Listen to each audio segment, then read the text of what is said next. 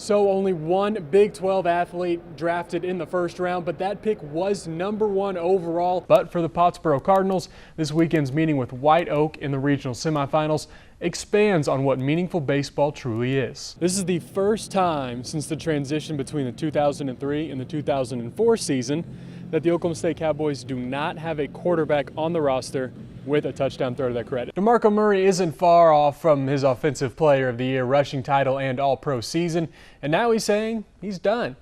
That's right, Lisanne, and I was able to find one of the last podiums that are still standing here at Frisco. The Denison Yellow Jackets are in the playoffs, but the Sherman Bearcats need a win at their rival's house and some help to force a play-in game. And hopefully some good highlights, because last year from that Texas Tech defense, there was not a lot to talk about. It's a fun event. Oh, yeah. There's people throwing footballs into the lake, and people are jumping off boats.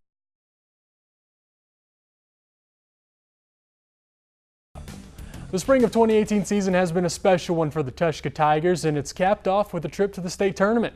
For the seniors, it's their 6th trip to Oklahoma City, but none might be more meaningful than this one.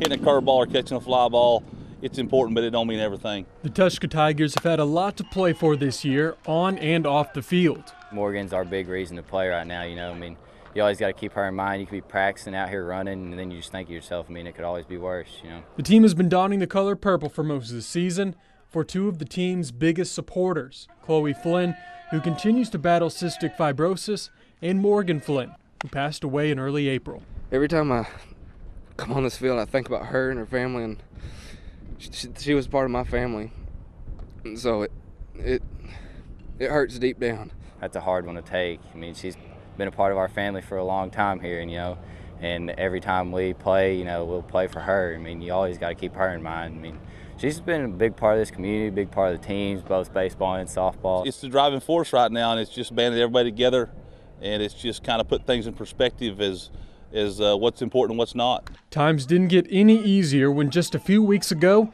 star shortstop Cole Broughton suffered an injury which required season-ending surgery. He's been a great player for us. He's been a mainstay here now since I've been here, and he's a great player, and we've been able to kind of so far absorb his loss, and we're going to continue to do so, but we miss him greatly being out there on the field. It'd be a big deal for us, I mean, if we go on to win it all, we'll not only win it for her, then Cole, we'll be playing for him, pick him up. Through it all, the Tigers are just 3 wins away from bringing home a state championship. It'd probably be the most memorable one, just everything that's happened and all the heartbreak, and then lost a player toward the end of the season. It'd mean a lot.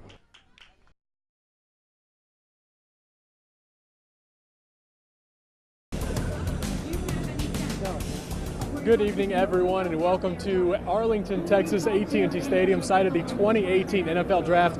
A lot going on tonight. This is the first time the NFL Draft will be in the state of Texas, and also the first time it will be at a football arena. Now, a lot happening earlier today at the NFL Draft Experience. We'll show you some video of that. A lot of people, Brendan and I were counting just before this live shot. Every team is here in some form of representation. We saw Cam Newton was the last jersey that we were able to find. But what we all want to know, who will the Browns pick with the first overall? Will it be Baker Mayfield? Here's what some fans had to say about their choices, as well as who the Cowboys are going to pick with 19. Man, it's an unbelievable experience. I've been from North Texas all my life, 49 years. And man, I've never imagined that it was going to be this coming. Jerry Jones has done the most, for real. He really has. But I want to see a wide receiver in this first pick. Let's get him in there, get him groomed for next year or two, and he'll be ready. Well, I know he's got a great college coach with Coach Stoops, good Youngstown man, and I'm sure he's coached well, and he'll do great for us.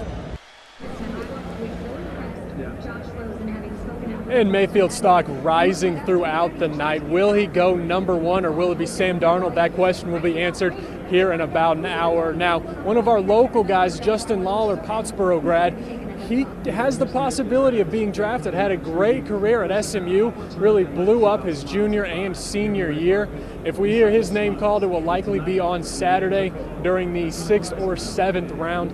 His name bouncing around. Will he be drafted or will he be sent in for a camp invite? Brendan will have more on that this weekend. Tonight, though, coming up at 10, we will have report on where Mayfield got drafted, who the Cowboys picked, and who went number 1. All those answers and more coming up tonight at 10. For now, Brendan and I got to get inside. We got to get our seats for the show. We'll send it back to Bob and Lizanne and Alan coming up after the break.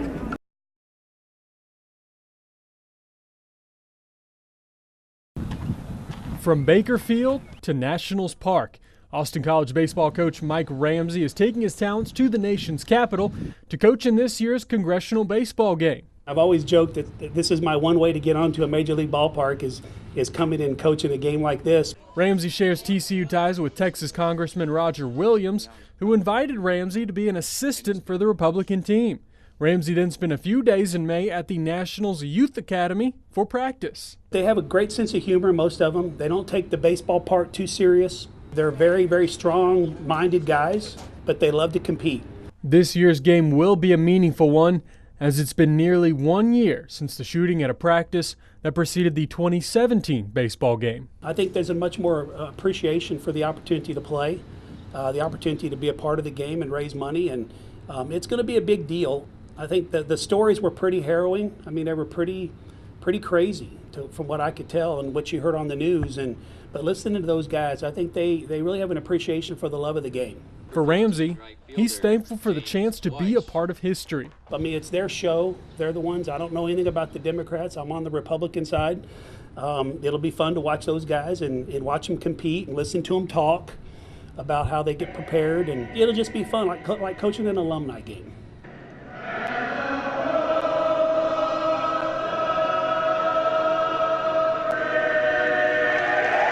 In Sherman, Dan Lindblad, KTEN Sports.